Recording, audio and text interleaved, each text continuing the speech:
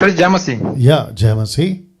हाँ पास्टर जी, मेरा प्रश्न ये है जी कि प्रारंभिक कलीसिया में जी जब पहले सुसमाचार सुनाते थे और लोग विश्वास करके बपतिस्मा लेते थे तो सर्टिफिकेट नहीं दिया जाता था। जी और आज चर्च में बपतिस्मा लेते हैं तो बपतिस्मा सर्टिफिकेट देते हैं। पहले ऐसा सिस्टम नहीं था, आज ऐसा सिस्टम हो गया। पास्टर जी, बाइबल इसके बारे में क्या कहता है? Okay okay okay, good question. आपका नाम क्या है सर? मैं छत्तीसगढ़ से हूँ पास्टर जी, हेमंत कुमार पुरी नाम है मेरा। ओके हेमंत जी, लाइन में बने रहें, आपके प्रश्नों का उत्तर दिया जाएगा। जितने भी दर्शक देख रहे हैं, आपको भी बता दो, बहुत अच्छा सवाल कि पहली सदी की कलीसिया में पतरस, पौलुस, यहाँ तक कि यीशु के चेले और जितने भी बपतिस्मा होते थे उन दिनों में किसी प्रकार की सर्टिफिकेट नहीं दी जाती थी। उसकी कई वजह हैं, जिसमें से एक मेजर वजह यह है कि तभी कोई भी देश या कहीं का भी प्रजातंत्र नहीं था। प्रजातंत्र मतलब आप समझते होंगे कि उन दिनों में राजा तंत्र चलता था, राजा रूल करता था। King was has to rule. वो कहता था ये मेरा नियम है, इसके मुताबिक तुमको चलना है। अगर राजा ने कहा सही है तो सही है, राजा ने कहा गलत है तो गलत है। राइट?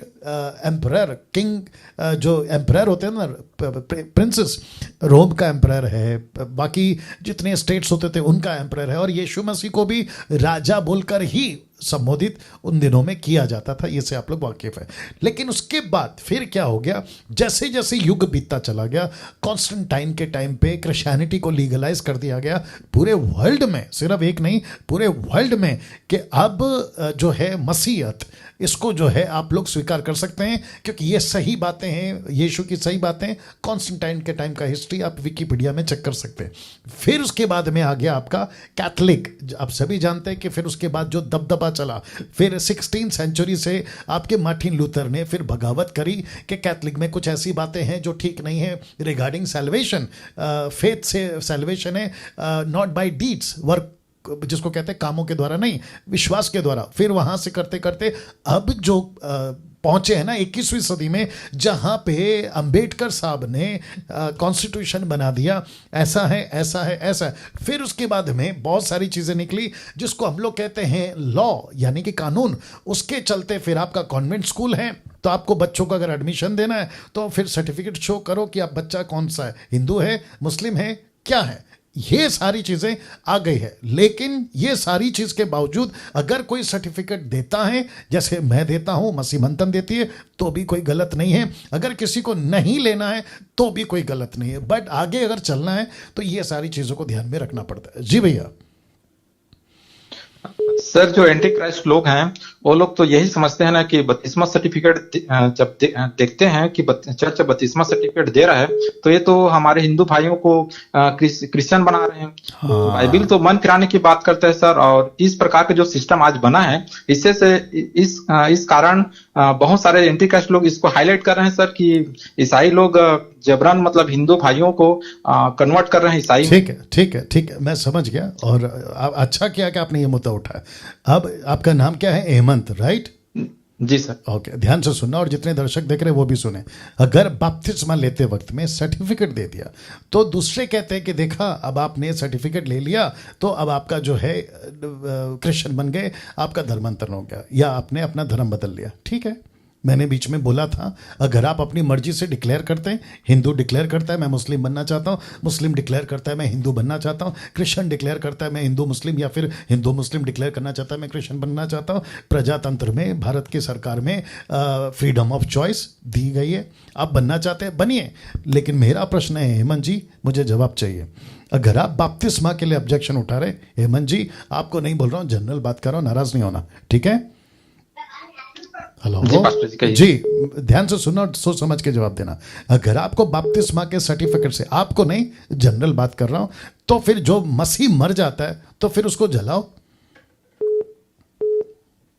आवाज आपका सुनाई नहीं दे रहा पास्टर जी, मैंने कहा अगर बपतिस्मा के सर्टिफिकेट से किसी को परहेज है तो वही मसीह जब मर जाता है तो फिर उसको दफनाते क्यों? उसको जलाओ। मैं समझ नहीं पाया आपके प्रश्न पास्टर जी। अरे भैया, ये दूसरी बार रिपीट कर रहा हूँ, वापस कह रहा हूँ, ध्यान से सुनिए। आपने कहा कि अगर बपतिस्मा दे देते हैं और उसको सर्टिफिकेट दे देते हैं तो दूसरे कहते हैं कि देखो इसने धर्म बदल लिया। तो वही अगर नहीं करते हैं, बपतिस्मा नहीं देते हैं, या दूसरे शब्दों में बपतिस्मा देते हैं सर्टिफिकेट नहीं देते हैं, उसको कहते हैं कि भैया तुम सर्टिफिकेट मत लो, क्योंकि पहली सदी में नहीं होता था। अब वही हिंदू आदमी कहता है कि मैं मसीह बन गया हूं, अब मैं मर गया हूं, या उसके परिवार के जन मर गए, तो अगर आप उसको दफनाते हो तो ये क्रिश्चियन हो गया। तो फिर दफनाते क्यों, उसको जलाओ ना। ये करना पड़ेगा फिर। अब वो तो परिस्थिति के ऊपर डिपेंड है पास्टर जी, उस समय परिस्थिति के नहीं, आप परिस्थिति की बात नहीं कर रहे ना सर। आप तो पूछ रहे हो कि अगर कोई बपतिस्मा लेता है, उसको सर्टिफिकेट देते हैं, तो फिर बाहर वाले कहेंगे ये ईसाई बन गया।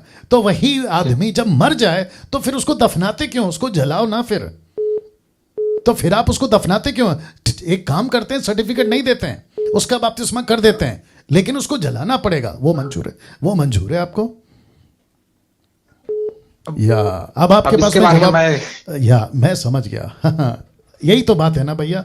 देखो, जिस चीज को हम कर सकते हैं वो करना चाहिए, लेकिन जिस चीज के लिए कोई मसला खड़ा नहीं होता, जिसको लेकर कोई बातें नहीं होती है, उसको क्यों सामने लेकर आए? इसको कहते हैं राई का पहाड़ बनाना। मैं वापस कहता हूं, एग्री करता हूं हेमंत जी, आपकी बातों से एग्री करता हूं कि फर्स्ट सेंचुरी में किसी प्रकार का कोई भी बैप्टिज्म सर्टिफिकेट नहीं होता था। और दूसरी चीज हेमंत साहब, आपको यह भी बता दूं, ध्यान से सुनिएगा, जहां पतरस, यीशु, कलीसिया जहां काम करते थे ना, वो इजराइल देश था, वो यहूदी देश था। उसके बाद जब थोमा भारत आया तो वो डिफरेंट कल्चर में आया, लेकिन उसने वहां पे क्या किया, इसका तो हमारे पास में कोई रिकॉर्ड नहीं है। उसको क्या करोगे? जी हेमंत साहब बात करिए। हेलो पास्टर जी, अब बाइबिल अध्ययन के बाद मुझे लगा कि बाइबिल तो कहता है कि मन फिराओ, और लोग बोलते हैं कि ये लोग ईसाई बनाते हैं। तो मेरा यही सवाल था कि आज लोग ऐसा मतलब क्यों बोलते हैं? आपको बपतिस्मा के सर्टिफिकेट से परहेज है या दूसरों को परहेज है? या आपका व्यक्तिगत प्रश्न है या दूसरों का प्रश्न है? अमित जी, हेमंत जी, पहले ये बताओ। ये मेरा भी प्रश्न है सर, और सब लोगों का ही प्रश्न है कि जो प्रभु में नए। बस बात सुनिए, आप बात सुनिए भैया। आप अगर एक चर्च चलाते हो और वहां पे आप जिस किसी भी इलाके से आते हो, नाम मत बताइए, आप वहां पर अगर बपतिस्मा देते हो, ठीक है, और आपको वो परिवार पूछता है सर हमको सर्टिफिकेट दो, आप उनको दोगे या नहीं दोगे? एक लाइन में जवाब। अब पास्टर जी, हम लोग तो बपतिस्मा बहुत पहले ले चुके हैं, तो बपतिस्मा लिए, तो अब बाइबिल नहीं पढ़ते थे, मालूम नहीं था, लेकिन आज बाइबिल पढ़ रहे हैं, अध्ययन कर रहे हैं, तो सर्टिफिकेट के बारे में ऐसा पहले सिस्टम नहीं था, लेकिन अब ठीक है, हालात चेंज हो गया है। ओके, और एक प्रश्न पूछता हूं सर, आपकी शादी हो गई? जी पास्टर जी। आपकी शादी हो गई? जी पास्टर जी, शादी हो गया है। तो पहली सदी में शादी होती थी? जी। क्या वहां पे मैरिज सर्टिफिकेट का कोई जिक्र है पहली सदी के कलीसिया का? जी नहीं। तो फिर आपने शादी का सर्टिफिकेट क्यों लिया? मेरा तो सर्टिफिकेट नहीं पास्टर जी, मैं तो शादी किया। छोड़ो सर, आजकल जो मसीहत है ना, मैं उसकी बात कर रहा हूं। मैंने इसलिए आपको पूछा, ये आपका व्यक्तिगत है या फिर क्या है? आप ये जो शादी होती है, मसीह शादी होती है, क्या वहां सर्टिफिकेट नहीं देना चाहिए?